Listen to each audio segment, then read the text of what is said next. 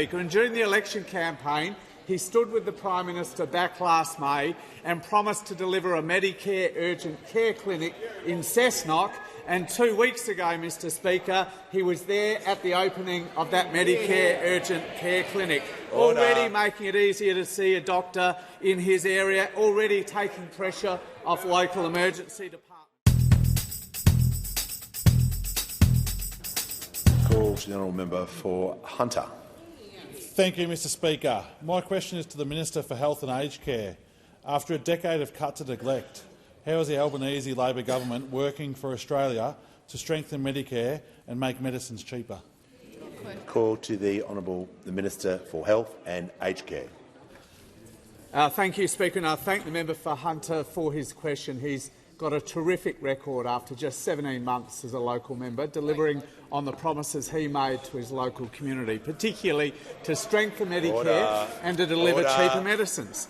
In particular, can I say, Mr Speaker, the member for Hunter promised to reinstate the nation-leading after-hours GP service in the Hunter, and he delivered it, along with his Hunter colleagues, the members for Patterson, Shortland and Newcastle. He promised to reinstate the right of general practices to recruit overseas-trained doctors, a right that had been stripped away from the former government, and he's delivered on that promise as well, Mr Speaker. And during the election campaign, he stood with the Prime Minister back last May and promised to deliver a Medicare urgent care clinic in Cessnock.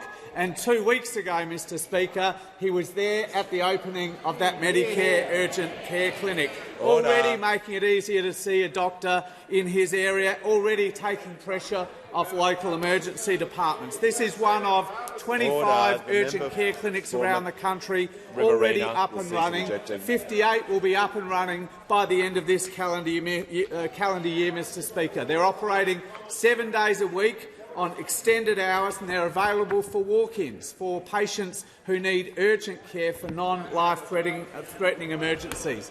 And of the 50,000 or so services already delivered by these clinics, Mr Speaker, around 1/3 have been delivered to kids under the age of 15, kids who fall off their skateboard, get a deep cut, and who otherwise would be sitting in the emergency department with their mums and dads for hour upon hour upon hour waiting for care, instead getting it quickly, Mr Speaker. 1/3 of the services have been delivered on the weekend when it's just so difficult to get a GP. So again, people end up in the emergency department. And importantly, Mr Speaker, every one of the services up until now and from now will be fully free of charge, fully bulk billed, because for Labor, bulk billing is the beating heart of Medicare, Mr Speaker.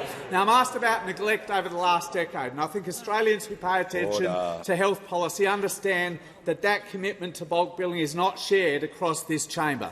They remember when the Leader of the Opposition was the Health Minister, Mr Speaker, he said, and I quote, this is true, he said, "There are too many free Medicare services." They remember that he tried to abolish bulk billing altogether and make every single Australian, every pensioner, every child pay a fee for every single visit to the doctor. And then when he couldn't get that through, he froze the Medicare rebate for 6 long years, Mr Speaker. Well, Labor, the member for Hunter, everyone on this side is committed to boosting bulk billing, Mr Speaker, not abolishing it like the Leader of the Opposition tried to do.